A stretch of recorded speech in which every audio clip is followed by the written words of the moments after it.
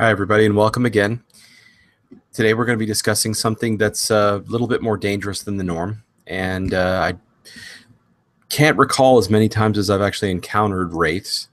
And the wraiths that we're going to be talking about are not the kind from that we're chasing Frodo Baggins. We're talking about the real kind that can actually reach out and make your life end. And we'll be discussing ones that we've encountered, ways to deal with them, and the Ghost Adventures episode in which it was presented. Hello, Joel. You're the only one with us today, so you can unmute yourself now that I've said hello. Hey, what's going on? So, first of all, I don't know how many wraiths you may have encountered, if you've encountered any, but in your line of work, since you're a nurse, you should have actually seen more than I have. Well, I'm not sure. I've not run into any. When we're talking about Wraith, are we talking about entities that still life force? Yes. I can't say that I've ran into any per se as of that because never been around long, but around things like that long. However, I have been around many of things like when you're in that area, you seem to have a drain of energy, which I'm assuming would be the same thing. Essentially, from my experience, because the one thing that was chasing me from the time I was a kid until we went to Idaho, second time, that was it had to be a version of a wraith. Hmm. Otherwise, it wouldn't have been trying to, kill me, and it wouldn't have been going after other people. Wouldn't have been modifying the way that they acted, the way they felt, making them sick. Especially my grandfather, and I don't mean my paternal grandfather. I mean my maternal grandfather. It seemed to follow us to his house, and it killed him with a massive heart attack. Yeah. And that was when I was in England at the age of 5. Since then, I've actually encountered several others. Mostly, though, I remember them not being able to get through the armor when I'd use the armor of light. But the feeling when they were around is very unique, as opposed to where you feel a cold when some ghosts are collecting energy. Wraiths, for some reason, almost feel like an electrical drain. It can leave you feeling cold, but it usually doesn't make you feel ice cold, like you're standing in a freezer or whatever. And it feels almost like it's being drained from your core, from your middle. And they can sometimes mess with your heart rate. Now, I mentioned this one because in the Ghost Adventures episode, I don't know if you saw it, Yeah, I did. but okay, where Billy is sleeping, hooked up to that meter, that gauge. EKG. Yeah, you can read that sort of thing, Mr. Nurse. So I was curious what you gleaned from watching that scene. Well, there was a lot of stuff going on, but the one thing that um, it will show like an increase in electrical energy in your in the heart, or it will show the electrical energy in the heart. It can actually map like what's going on in the heart, like EKG isn't that the brain? ECG is the heart. it's the same. That's okay. I'm on podcast right now, baby. Um, but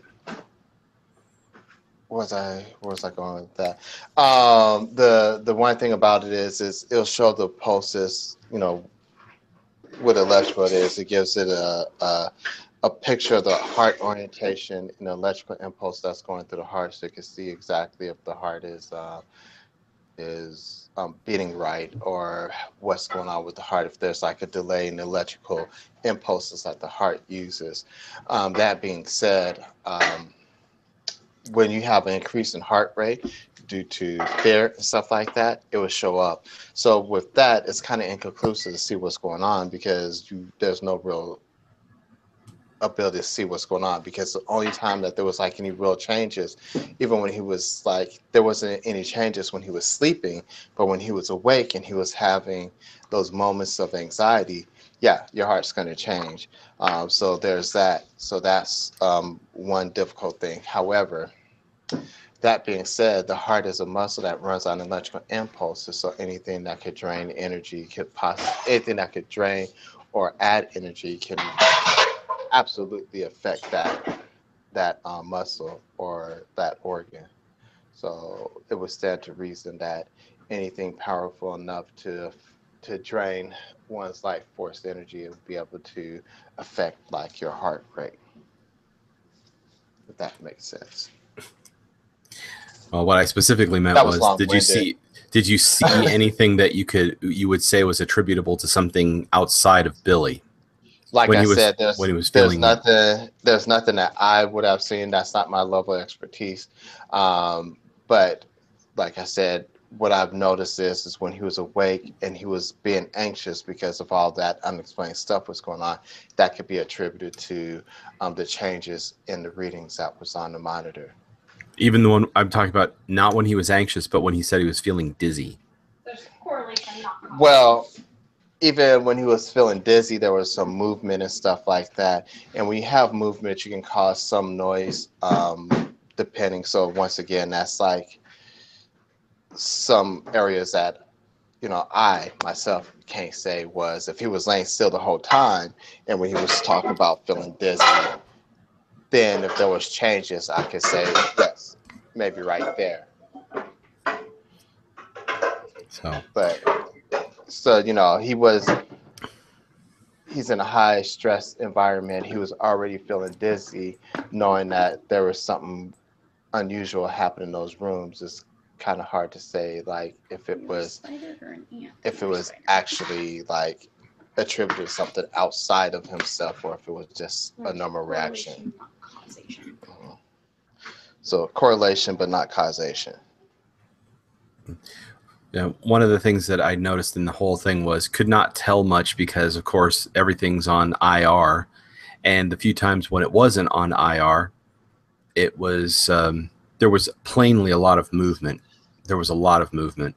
The energy tended to move from one area to the other. And one thing that I also noted was the feeling when they were on regular camera doing the walkthrough. The room that they passed that eventually gave them the most trouble, including the slamming door and where Aaron saw something. There was like a shadow that I saw, a smoke or something I saw on one of the cameras. Yeah, that was coming.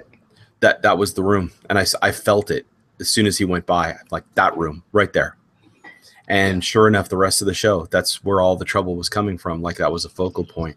It wasn't the room, by the way, that they had put, that they had found the powder on the bed from the body that had lay there or whatever. That wasn't the lethal room. No, it was another one. No, it was. Yeah, I know which one you was talking about. It was the one that was like down the hall. Like it looked like it might have been like 4 doors down over on the opposite end. Yeah. And it was fortunate he didn't stay in there. Aaron ran past it, saw someone in there, dove in. Very dangerous.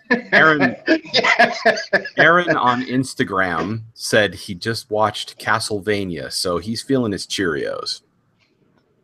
Yeah. And so that affected how he dealt with that. Seriously, it's actually on his Instagram page. I was laughing because now everybody's going, Castlevania? I've never heard of it. I've got to go give it a watch. Oh, geez. Really? Yeah. Here, babe. They're kind of funny. And so he's... it's funny. I've been watching Preacher, which is pretty good. It needs to go in. Okay. Yeah, that's a pretty good show. I don't know if you ever seen it, but you should watch it, Sean, if you haven't. Anyway. Hello. I do think, I think I've watched it. I was trying to type to some people to see if they were actually.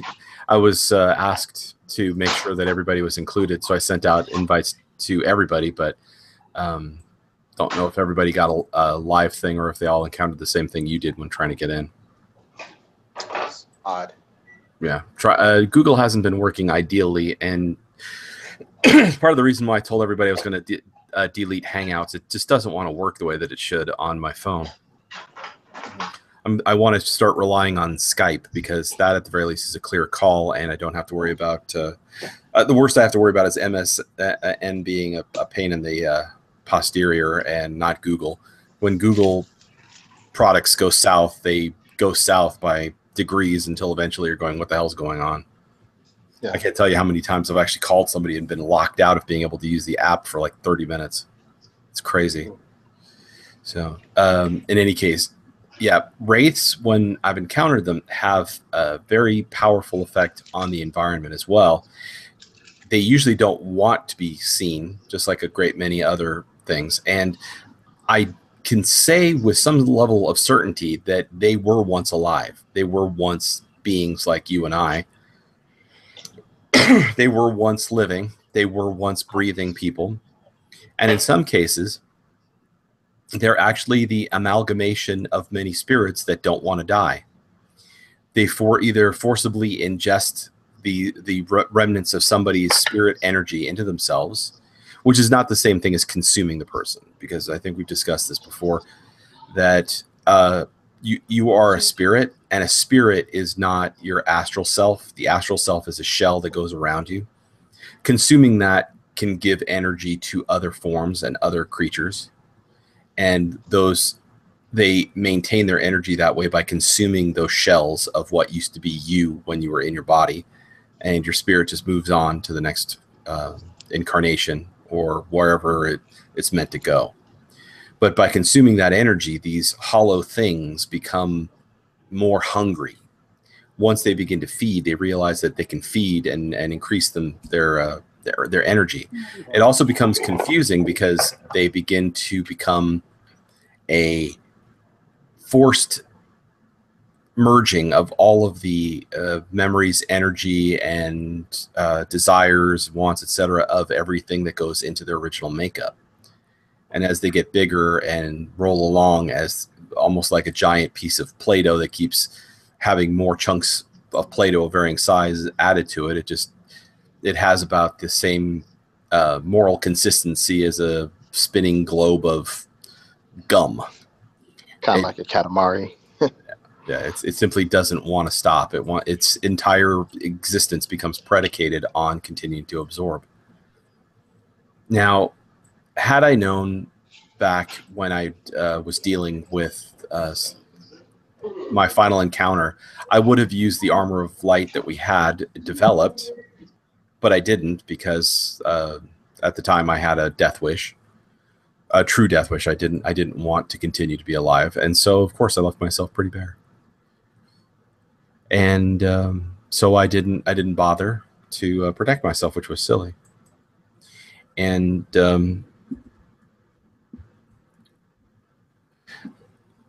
I realistically, in later years, found that it was possible, and in fact, very, very capable of deflecting wraiths from being able to touch me. They simply couldn't reach out and grab me. Not just because of the armor, whether I used it or I didn't, but because of the fact that they couldn't, they didn't have the energy to be able to reach through my normal aura as time went by without help.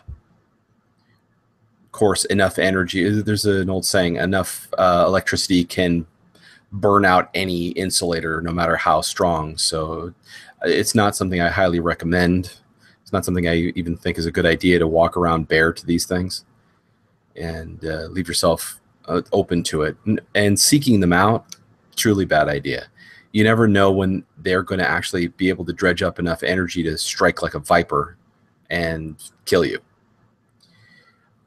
Now, Joel says that what he was seeing happening to Jay was inconclusive, but the fact that he began to feel dizzy while he was lying still in the bed tells me that whatever it was tested the waters and then realized it probably didn't want to go any closer, because some of these wraiths are used to a particular type of meal, a particular type of energy, which means that in the case of this asylum, which really wasn't an asylum, it used to be an old folks home, they're used to preying on the weak and sickly.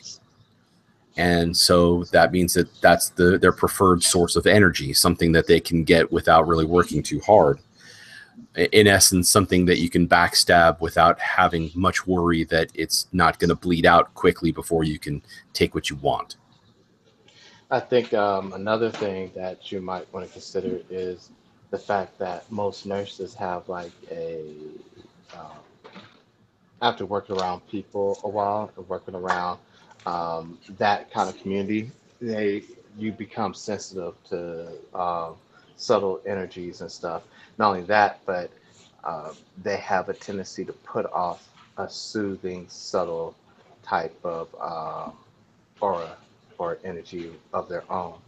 That being said, that could be also another source because when you walk around as a nurse, sometimes, especially in that kind of community, Take your medicine, you Brianna.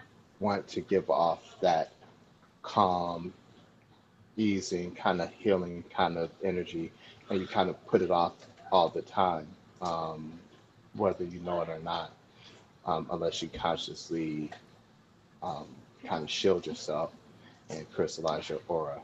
Um, that being said, that's another source of energy that they could. It's like a almost like an ambient energy that they could also feed off of. Some of the hospitals in Los Angeles that get closed down, they give off the same kind of aura as when I was dealing with the bog creature thing. Mm-hmm. One of the bigger ones. There's the UCLA Medical Center on the far side of Los Angeles. I can't even look at the thing. I've been in there. Gives me the willies, something horrible. I'm always feeling watched, and whatever it is can keep itself hidden. I'd visited somebody who'd had a surgery there, and they wanted out of there quickly because they could feel it, and they weren't particularly gifted. And that was a great many years ago. And but the one that is probably the worst. For all of you who've seen the movie with Heath Ledger as the Joker, there's a scene where he walks out of a hospital and then he bangs on a detonator and it doesn't go off, and then bam, it goes off, and you see him running to the bus. Well, that hospital actually was a real hospital. It really exists. It's over there near Santa Monica. It's off the 405 freeway, and it's near a war cemetery where soldiers and people who have given their all and more for our country are buried. It's really close to it. Now, those fields of stone are enough to put me ill at ease, but imagine how strong of an output of sorrow and energy that place is for someone like myself.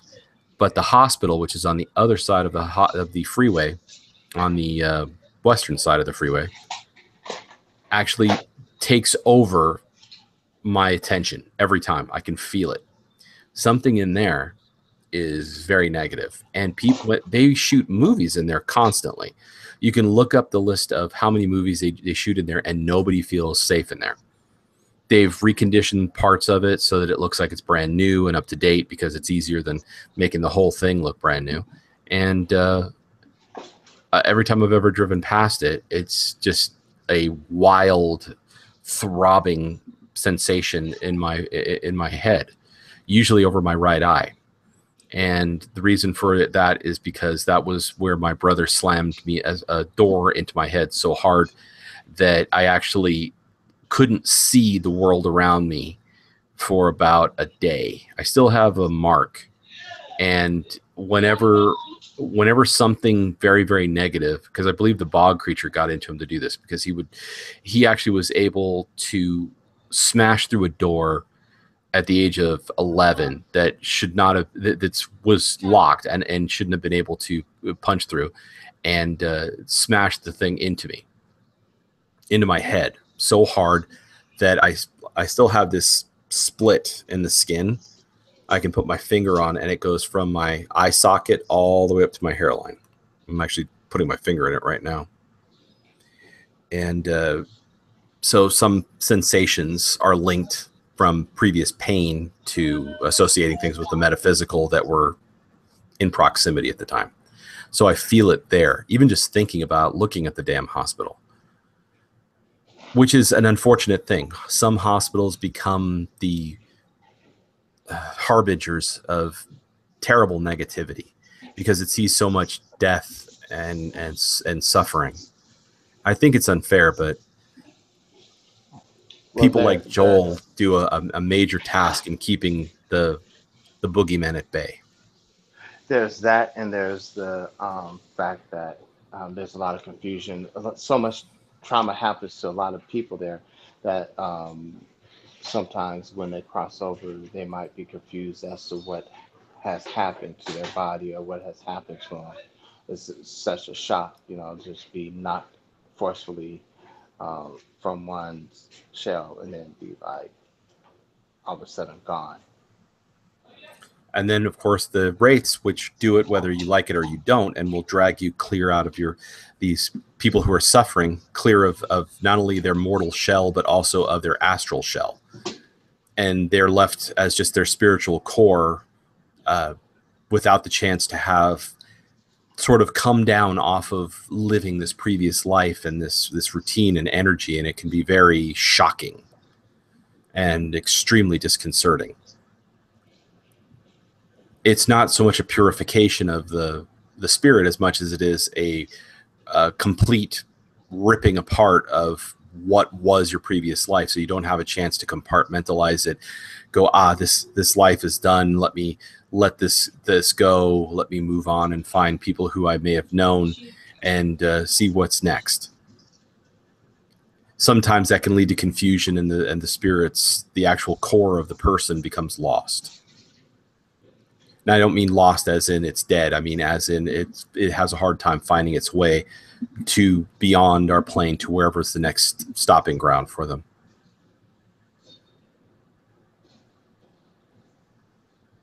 And I know I've said it before, but places where children are born and babies are given birth has a magnificent level of light around it. One of the things that I've read is that you can't celebrate life entering the world and be sad when it leaves, because they're opposite sides, they're opposite ends of the same side of the same coin. And philosophically speaking, that really isn't so when you're dealing with life as we've seen it. When life is lost, it's not a matter of a negative event, but it is the ending of energy, and that shell is going to move on, or it's going to end, or it's going to break down, and it can be a negative event. It's hard to make it not a negative event when a lot of things are usually quite scary, since we have a less than spiritual society, and it can be very, very traumatizing to the people who don't really understand that the next thing is an adventure, just like this world was an adventure. And so the moving on can be frightening. And a Wraith will just make all your terrors come true. The horrible feelings, the sensation of being drained, being pulled from your body, which I have firsthand knowledge on. I have been yanked clean out of my body. And so I know that when they're really strong, they can have a extremely scary effect on you. So, your thoughts, Joel? I don't want to monopolize the discourse. No, you have a more personal view on it, only because I haven't had that experience before that I could recall. I'm not sorry that you don't. I'm sorry. Yeah. I'm just not sorry that you have not had this experience. I am so effing grateful. It's one of those things where I can say, thank God Joel did not have to go through this garbage. Yeah, you've been through a lot. I'm very thankful that people haven't had to have kidney stones.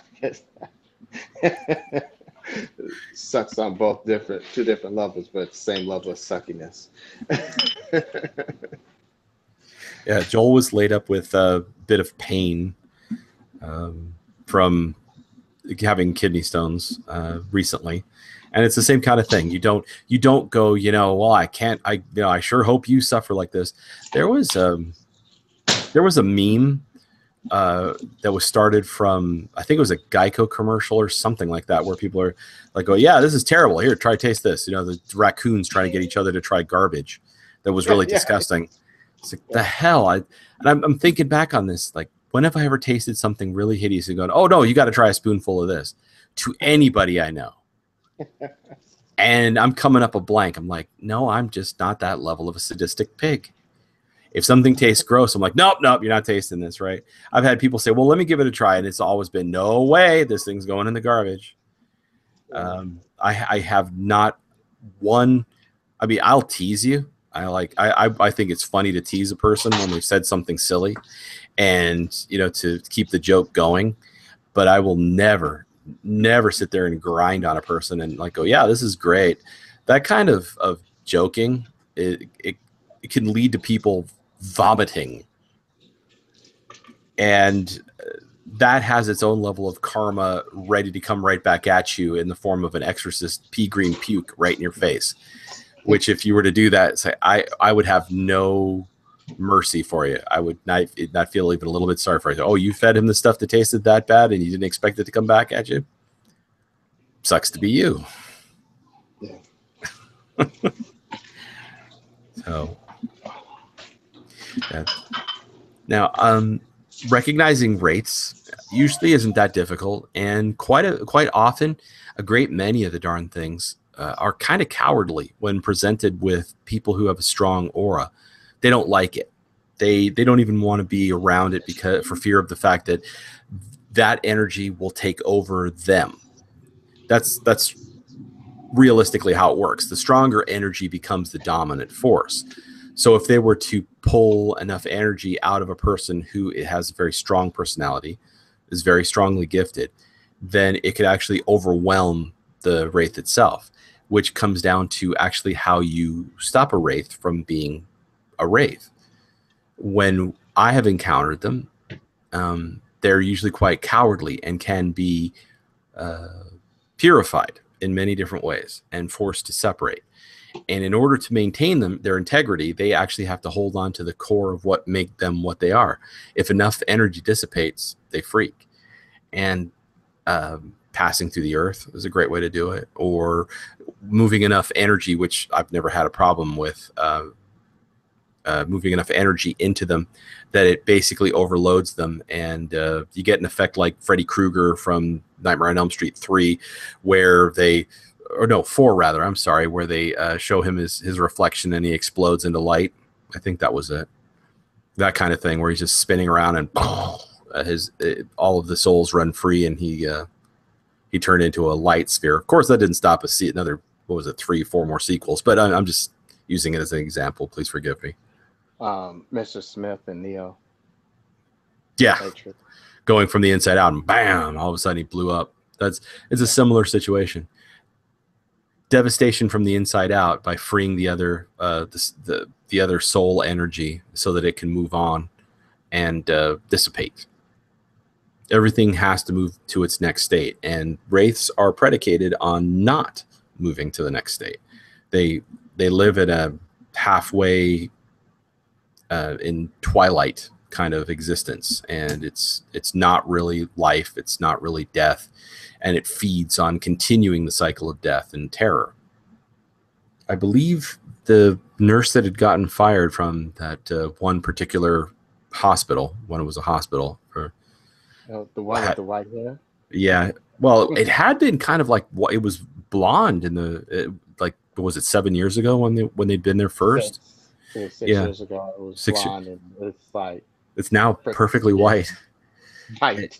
She got fired from there because she told too many truths, which is the reason why I keep my work separate from this, because people, a lot of them don't know how to handle what really is on the other side, and so yeah, this lady got fired, and she was, just like Joel had been saying, was very sensitive to everything that was going on there. She was very sensitive to all of the events, all of the negative events, all all of that. And she knew there was that one particular room they didn't put people in. And I don't remember if the one she indicated was the one with the powder on that bed, or if it was the one with the slamming door and the blue guy that Aaron wanted to tackle. I don't remember. I think it might have been. They said it was one on the far end. I'm thinking it was the one with the powder on the bed. It was like a grouping over there. She said that they don't like to put people in. So it's kind of sad to think on that one, because she got fired, and did the death suddenly ramp up? Were there many more occurring because of it? It does beg a lot of questions that are going to go unanswered, because the hospital, not believing in that kind of thing and thinking it was lots of negative press, doesn't put any stock in the metaphysical. And I don't know any nurses that work in any hospitals that don't have some feel for it, because they have to deal with life and death daily. After a while, you become extremely sensitive to it. And some people who are naturally sensitive become far more so. And they see things, and they question whether they're sane, and they feel things, and they question whether that's right. But after a while, it just keeps happening. And you either have to say, well, it's just my imagination, or you start to realize that there is a pattern to it that has nothing to do with your imagination trying to lay crap out in front of you. And that happens. Yeah.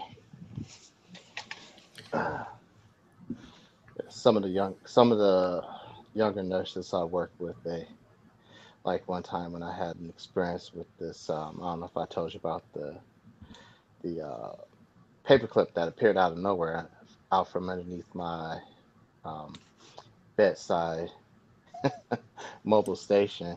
And I was just like, okay, that's weird. I looked down the hall, because I'm still was relatively new at the hospital at the time. I've only been there like 8 months at the time. I looked around, and it was in this one room where I always see like some sort of shadow be figured, just like kind of hanging out. They kind of gave me a bad time about it and stuff. And I was like, well, just to let you know, if I go first, if you can't find me because I'm your canary, I'm the only person of color that's here tonight, leave as soon as I disappear. Don't stick around and look for me. I understand. But they gave me a ribbon about it for the whole night. Started throwing paper clips at me and stuff. Yeah, it was like, yeah, laugh it up. Did any of them regret it because they started seeing it? No. A couple of them. The one said that there's like a room on a different floor she doesn't particularly care for. But I think part of it is they had to make fun of it to feel safe, because that's our home unit. That's the unit that we stay at. Like we're always staffed there. And unless we get floated because they need extra people someplace else, or they have a staffing need in a different floor. So I think as a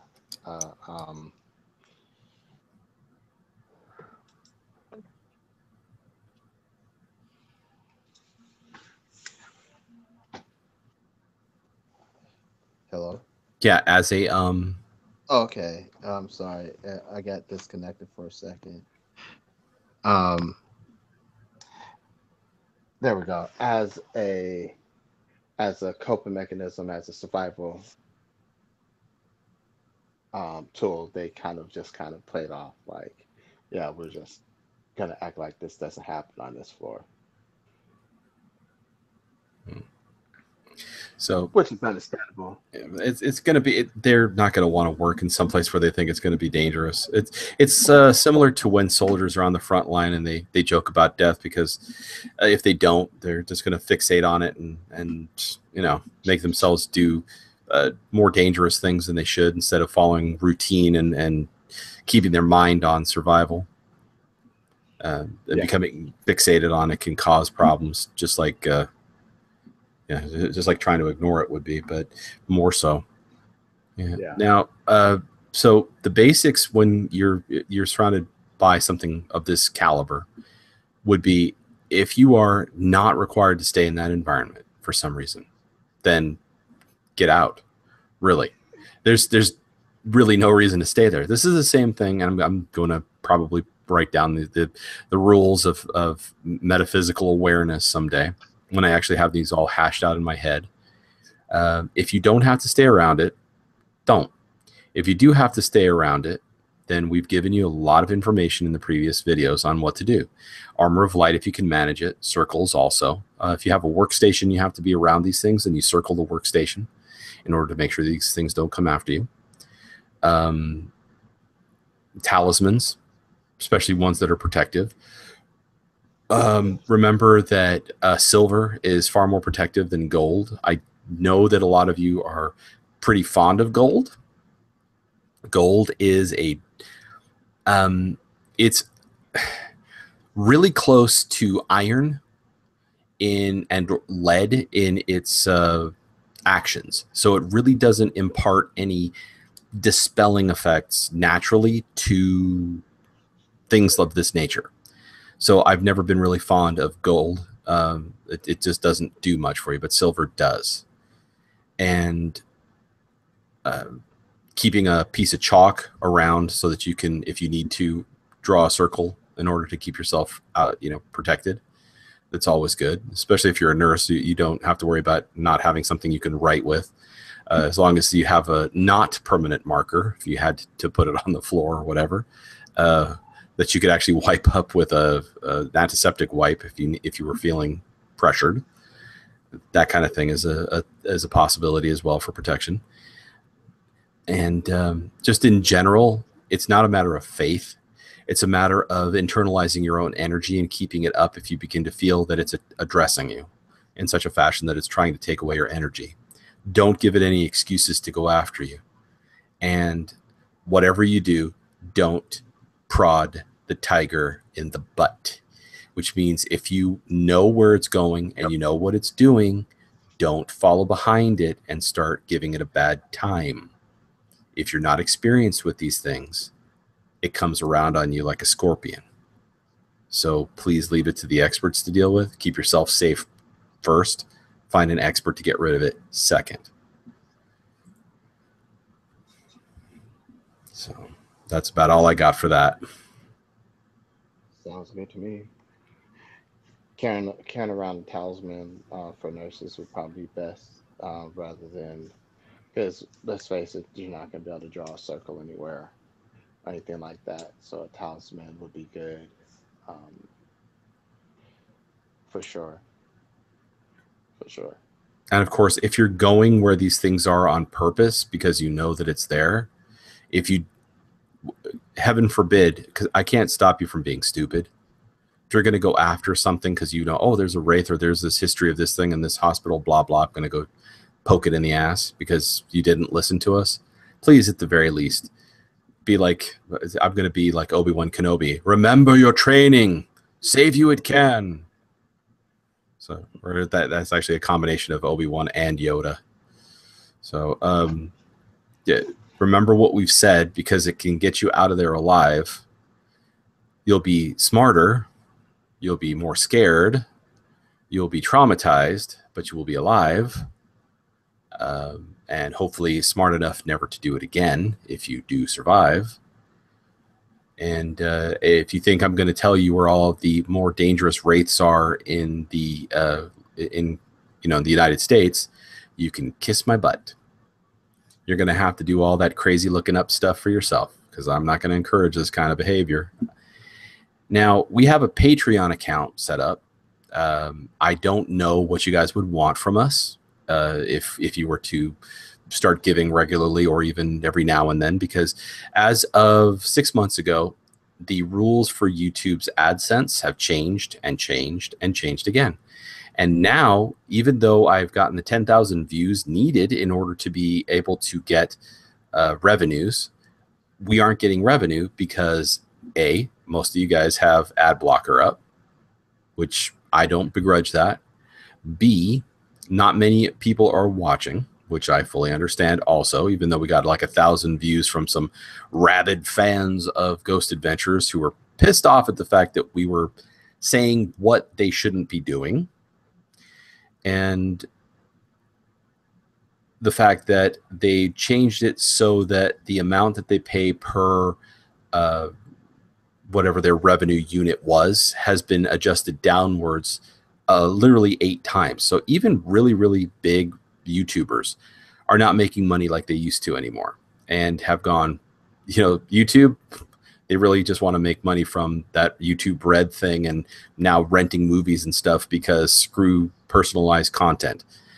I do believe that in the future, we more than likely will be moving over to Daily Motion, not because it makes more money, but because it is a much easier content creator to deliver for, and it will actually come up on hits far more frequently than YouTube does.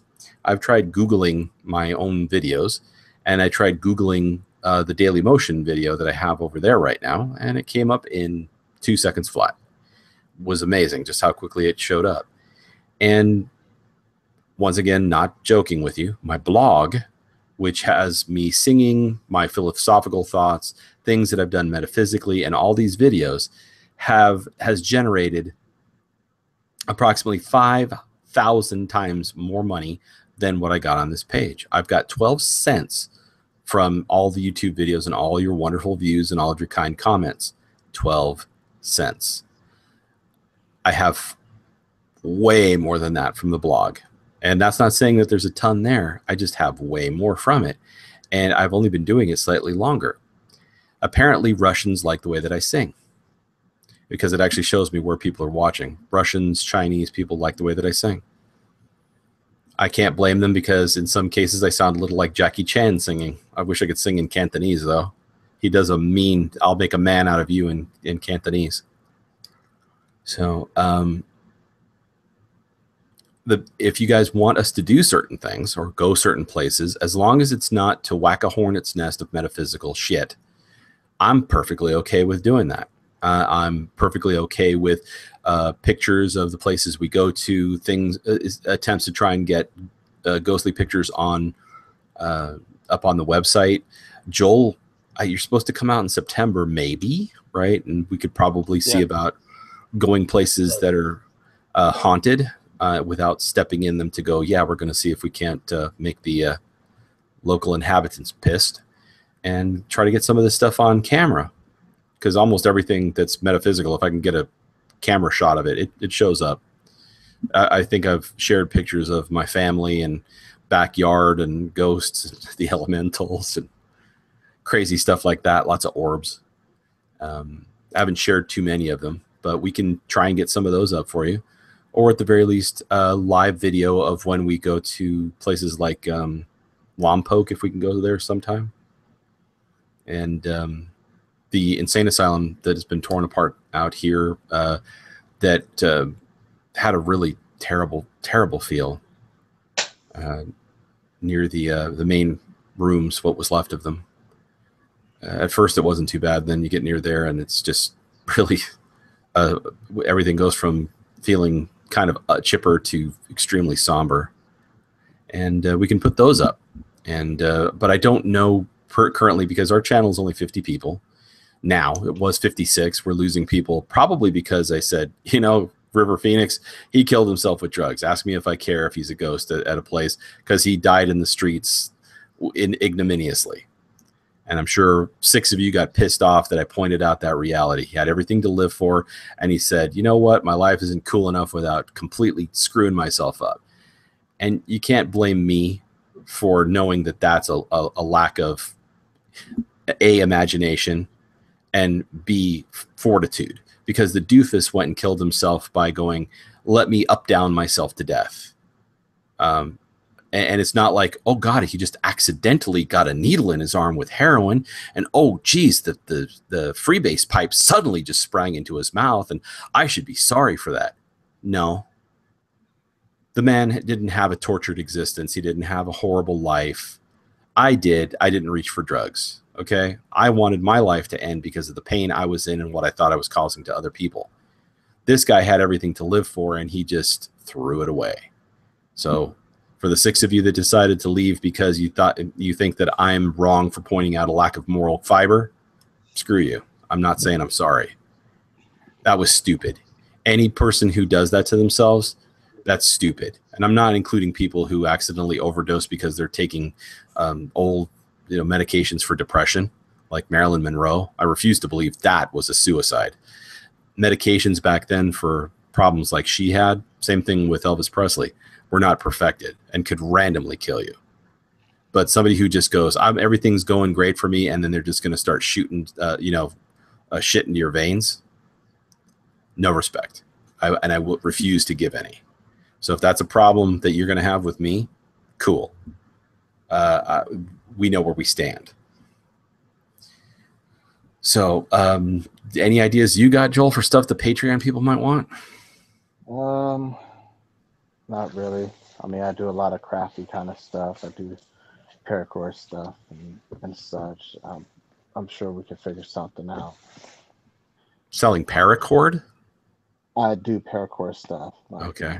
I tie knots and such, bracelets, necklaces, just random things, zipper pulls.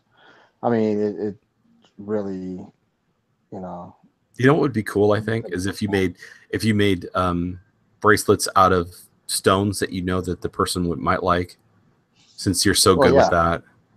I could always incorporate stones in my paracord creations and stuff like that. That's not an issue. That would be nice. You still need to make that that replacement for the Dreamcatcher that died. Yeah. He had a double Dreamcatcher he made for me that had my old necklace, dragon that he used to wear that I wore, that broke on the night that the bog creature attacked me, protecting me. God, that was just weird. Shattered. I still had the necklace, but the hoop that went to the top of the dragon broke off. I'm curious how that happened. That's one of those, like, at what point would that have occurred? I don't know. When I was flying through the air, when I hit the ground, what? I don't remember because I was distracted. And he actually put that into the Dreamcatcher, and it wasn't just a single hoop. It was one hoop one direction and then another one the other way through it at the nadir and zenith of the hoops. And it was really quite cool. I wish I had a picture of it still. We may have them somewhere in a box, and I've lost it. When we moved up here to Lancaster. But those kind of things are possibilities as well. And if these are the kinds of things you like the idea of, or you want to see that kind of thing, or you want to get that kind of thing for your donations, just throw that in the comments and let us know.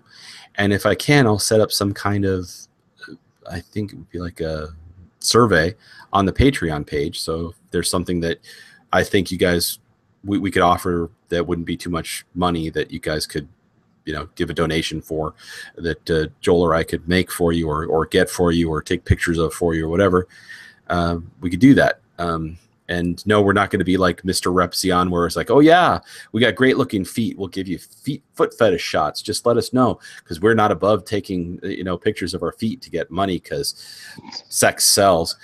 That just isn't going to happen. There's a line we have to draw somewhere, and he's 20 something and has a heavy pot habit now, and we're not. So don't have to feed into any addictions here. Yeah, if any of these ideas come across as great to you guys, let us know. And in any case, I'm going to close out by saying, may you be blessed by all that you hold dear, and you stay safe until next time we meet. I love you all that have stuck with us. I'm grateful for all of your input, and see you next time.